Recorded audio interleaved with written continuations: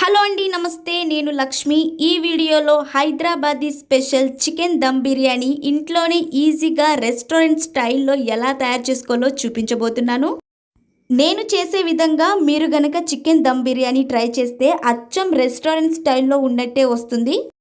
So డెఫినెట్గా ఈ video మొత్తం ఎండ్ వరకు చూసి మీరు కూడా సింపుల్గా అండ్ ఈజీగా రైస్ కుక్కర్లో చికెన్ దమ్ బిర్యానీ ట్రై చేయండి.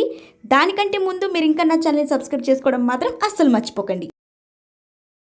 ముందుగా ఒక బౌల్లో ఉప్పు నీళ్ళల్లో నానబెట్టిన చికెన్ని వేసి కొద్దిగా షాజీరా, నిమ్మరసం, ఫ్రెష్గా నూరి పెట్టుకున్న 1 స్పూన్ అల్లం వెల్లుల్లి పేస్ట్, 1 స్పూన్ ధనియాల పొడి, 1 స్పూన్ జీలకర్ర పొడి, 1 స్పూన్ గరం మసాలా, అలాగే 1 స్పూన్ బిర్యానీ మసాలా కూడా వేసుకొని రుచికి సరిపోయేంత 1 స్పూన్ ఉప్పు, అలాగే 1 స్పూన్ కారం, అలాగే పావు కప్పు పెరుగు, 1 స్పూన్ పసుపు కూడా వేసుకొని ఈ చికెన్ని బాగా కలుపుకోవాలి.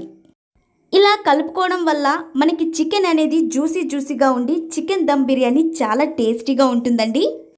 ఇప్పుడు ఇందులో ఒక బిర్యానీ ఆకు, కొద్దిగా కొత్తిమీర, అలాగే కొద్దిగా పుదీనా కూడా వేసుకున్న తర్వాత ఇప్పుడు ఇందులోనే ఒక దాల్చిన చెక్క, ఫ్రైడ్ ఆనియన్స్, ఒక అనాస పువ్వు, బిర్యానీ పువ్వు, అలాగే బండ పువ్వు కూడా వేసుకొని ఈ మసాలాలన్నీ కూడా చికెన్కి బాగా పట్టేలాగా మసాజ్ చేసినట్లు కలుపుకోవాలండి. ఇలా కలుపుకున్న ఈ చికెన్ని 1 గంట పాటు ఫ్రిడ్జ్లో పెట్టుకోవాలి.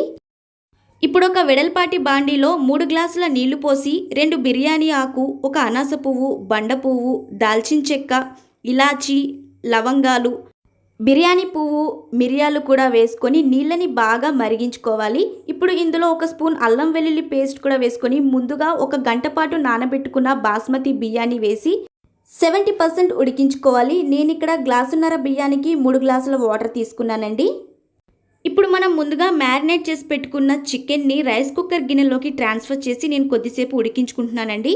ఇప్పుడు 70% ఉడికిన ఈ బాస్మతి రైస్ని తీసి రైస్ కుక్కర్లో ఉడికించి పెట్టుకున్న చికెన్ మీద లేయర్ లాగా వేసుకోవాలి.